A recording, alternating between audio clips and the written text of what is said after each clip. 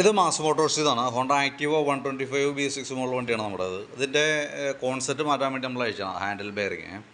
അപ്പോൾ അതിൻ്റെ front portion അതായത് ഇതേപോലെ ഫുള്ളായിട്ട് അഴിച്ചാൽ തന്നെയാണ് നമുക്കത് ചേഞ്ച് ചെയ്യാനായിട്ട് പറ്റുള്ളൂ. അഴിച്ച് മാറ്റാൻ വേണ്ടി വെച്ചേക്കണതാണ്. നമുക്കതിൻ്റെ ഈ റേസർ സെറ്റാണ് കംപ്ലയിൻറ്റ് വന്നതാണ് കേട്ടോ. അപ്പോൾ അത് നമ്മൾ ഫുള്ളായിട്ട് അഴിച്ച് മാറ്റുന്നുണ്ട്. അതിൻ്റെ ഇവിടെ 4 പീസാണ് അതിൻ്റെ വരാം. അടിയിൽ 2 പീസ്, മുകളിൽ 2 പീസ്. അപ്പോൾ അതിങ്ങനെ ഫുള്ളായിട്ട് അഴിച്ചാലാണ് നമുക്കത് ചേഞ്ച് ചെയ്യാനായിട്ട് പറ്റുള്ളൂ. അപ്പോൾ ഞാനത് അഴിച്ച് മാറ്റുന്നുണ്ട്. ഹാൻഡിലിനൊരു ചെറിയൊരു ടൈറ്റ് പോലെയാണ് കാണിച്ചേക്കണേ. അപ്പോൾ വണ്ടി ഓടണ സമയത്ത് ചെറിയൊരു സൈഡ് വലിവ്. പിന്നെ ഇതിൻ്റെ ഓൾറെഡി ടയറിന് വലതുവശം ചെറിയൊരു തേയ്മാനം കൂടുതലുണ്ട്. അത് ഞാൻ ഫസ്റ്റ് വീഡിയോ പറഞ്ഞപ്പോൾ അതിനകത്ത് പറഞ്ഞിട്ടുണ്ടായിരുന്നു. അപ്പോൾ അത് ഈ പറഞ്ഞ പോലെ കുറേ കൂടി ഓടിയതിന് ശേഷം നമുക്ക് ടയർ മാറ്റിക്കളയലാണ് പോസിബിളായിട്ടുള്ളത് കേട്ടോ. കാരണം എന്ന് വെച്ച് കഴിഞ്ഞാൽ ഇതിൻ്റെ മോഡലായതുകൊണ്ട് റൊട്ടേഷൻ ചെയ്യൽ നടക്കില്ല. ഈ സൈഡ് ശ്രദ്ധിച്ചാൽ മനസ്സിലാവും. ഈ സൈഡ് തേയ്മാനം കുറവും, ഈ സൈഡ് അല്പം തേയ്മാനം കൂടുതലുമാണ്.